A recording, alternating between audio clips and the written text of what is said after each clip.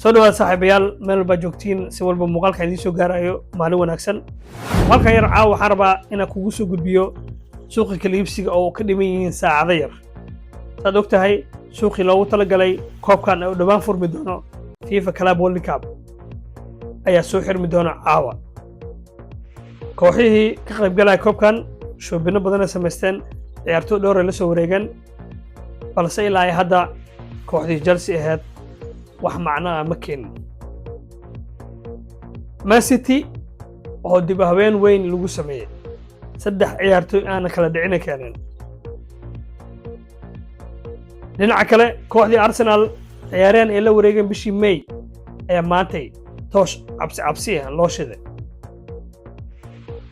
haddii aad markaad kuugu horeysay oo aan soo booqatay aan ka codsanayna page-kana follow dhaadid laagteeda oo baahanaa sii share garay oo saaxiibada gaarsii page-kana kaliya waxa noogu dhiman 1500 inaan gaarno 10000 fadlan muuqaalka laag badan si soo u gaaro saaxiibo badan laagtaadu waxay gaarsiinaysaa meel dheer mar kale aan ka codsanayna haddii aad markaad kuugu horeysay oo aan soo booqato ka mid noqo saaxiibada nagu xiran page-kana follow soo dheh aad iyo aad kaaga mahadcelinaa soo dhawaada saaxiibaya waayahay warbixinteena haddii aan ku bilaabo kooxda Manchester City De Bruyne si ognahay wuu baxay ciyaareedkiisu dambeeyay wuxuu ahaa xil ciyaareedka hore balse Pep Guardiola wuxuu sameeyay saddex xidig oo muhiim ah ayuu soo qaatay horey saan u ogeyn bishii January Man City waxaa la geliyay 200 milyan haddana wuxuu geliyay 130 milyan oo euro Man City dib u habeyn ayaa lagu sameeyay Pep Guardiola iyo kooxda Man City waxay taagan yihiin mar kale loo diyaar garoobo gumeysiga horyaalka Premier League marka Man City kaliya waxa ka dhiman right back oo la xiriirinayo ciyaaryahanka u ciyaar kooxda Newcastle Liverpool iyo hal goalkeeper ay raadinayaan leeyahay waliba waxay badan tahay inay qaataan goalkeeperkii saddexaad ee kooxda Chelsea dhinaca kale kooxda Chelsea ahayd habaar ayaa ku dhacay oo suuqoodii kala iibsiga caawa lama filaa inay wax soo qaataan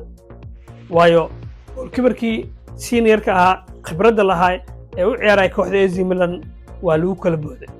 oo macnaha wax heshiis ma gaarin Chelsea caawa ma soo qaadan doonaan goalkeeperkaas sababtoo ah AC Milan ay soo istaagtay 20 milyan oo baahanaa Chelsea waxay dhaheen 15 ka yar oo baahanaa ciyaaryahankana ka bixin sababtoo ah goalkeeperka qadaraaskiis kaliya waxa ka dhiman hal sano marka taageerada Chelsea hadii aan nahay club FIFA Club World Cup waxaana sugayo Ruben Sanchez aan ogeyn khalaadka uu sameeyay xil ciyaareedka hore balse ma ogi hadii uu aamini doono Bedrevich oo ka dhigay xil ciyaareedka hore horyaalka Faransiiska waa cadar aad iyo aad weyn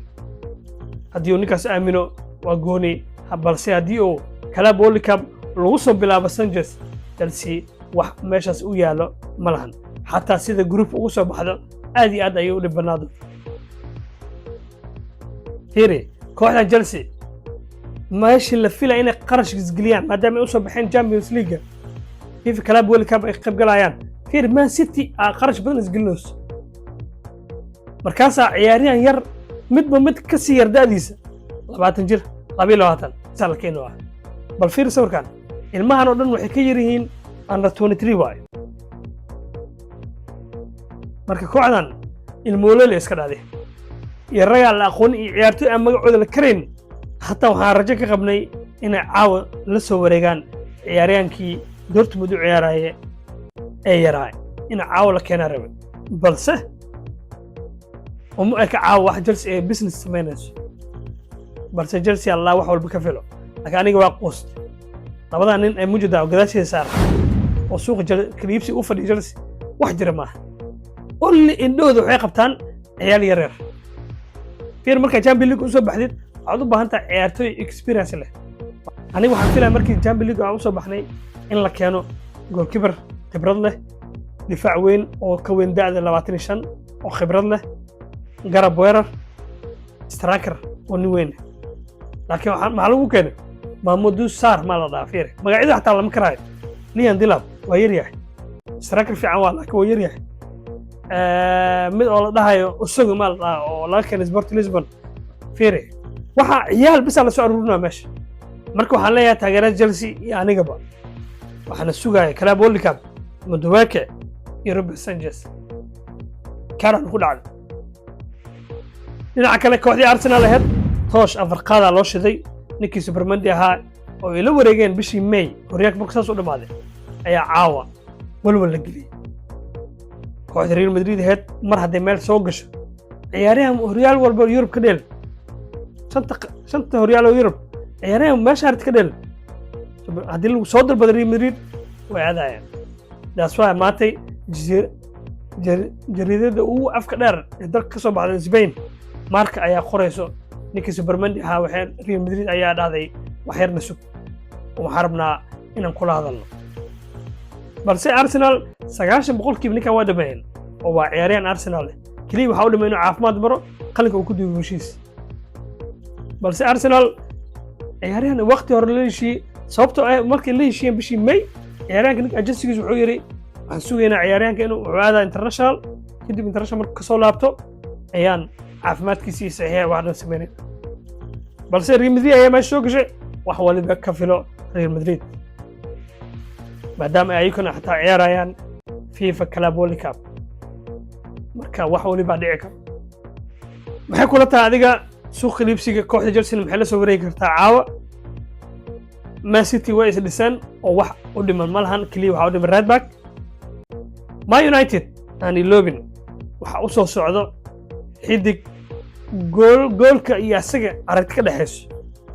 waa xidig uu ciyaarayay Sporting Lisbon waxa la leeyahay wuxuu ku beeri doonaa macalinkiisii hore Ruben Almiron waa nin kale maahan ninkaas waxa waaye Victor Gyökeres wuxuu imaan doonaa Man United waliba hadalkiisa wuxuu sii raaciyay aniga Champions League xamaasad iyo xiis uma hayo waxaan rabaa inaan caawiyo macalinkayga waa fila kartaa marka waa Gyökeres waa afka hore Kunya iyo ninkii Mbubo kii u dheelayay kooxda Brentford Man United afka hore hulac waaye